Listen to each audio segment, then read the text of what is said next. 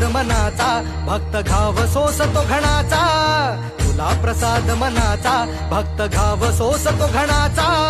राही उपाशी घरी तरीही करतो तुझी वारी राही उपाशी घरी विठ्ठला रीत तुझी न्यारी